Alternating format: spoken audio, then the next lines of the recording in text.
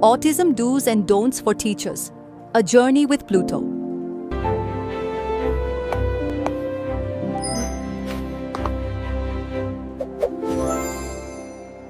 Meet Pluto.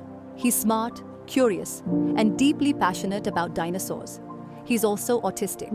As teachers, how we respond to students like Pluto can shape not only their learning, but their confidence and joy in school. Every child is unique. See how the teacher takes time to learn exactly what Pluto needs to succeed. Every autistic student is different. Take time to understand their needs, strengths, and goals. For Pluto, that means visuals, structure, and sensory breaks. But remember, a label isn't the whole story. Never guess what a student needs just based on a diagnosis. A label doesn't define a child. Don't generalize. Learn who this student is. Pluto uses cards to speak. Whether it's words or pictures, every way of communicating is important. Some students speak, others use devices, gestures, or pictures. All are valid. Communication is connection, not conformity. Look at me right now. I said look at me. You need to pay attention when I am talking. Eye contact is not the same as attention. Forcing it can increase stress, not learning. A clear schedule on the wall makes Pluto feel safe. He knows exactly what happens next. Predictable routines help autistic students feel safe. Visual schedules give Pluto confidence about what comes next. But sudden changes cause panic. Without a warning, a surprise switch feels like a disaster.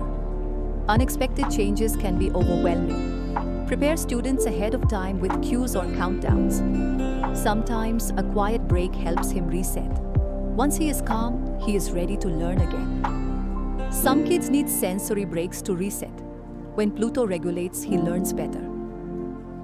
Stop that ridiculous flapping right now. Put your hands down and sit still immediately. I will not tolerate this behavior. Stimming helps self-regulation. Don't take it away unless it's unsafe.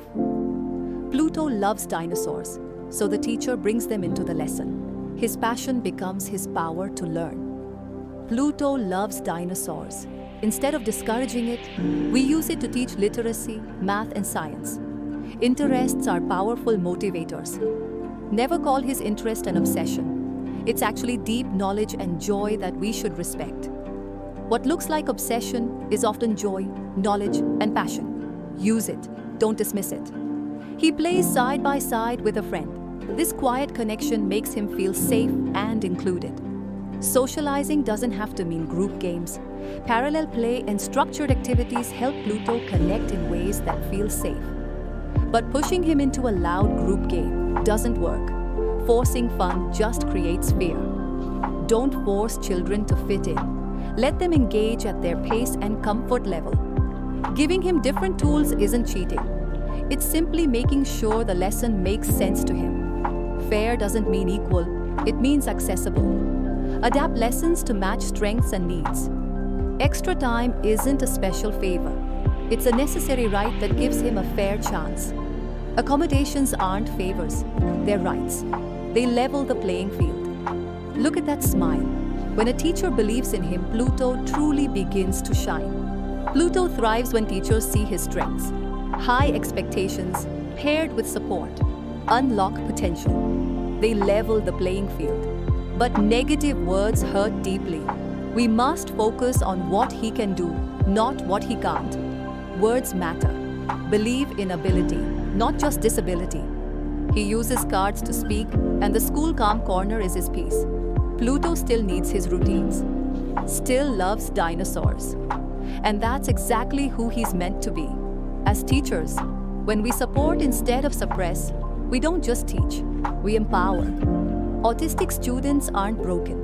They're brilliant in their own way. With the right support, every child can shine. For more stories and gentle autism guidance, follow Autiversa.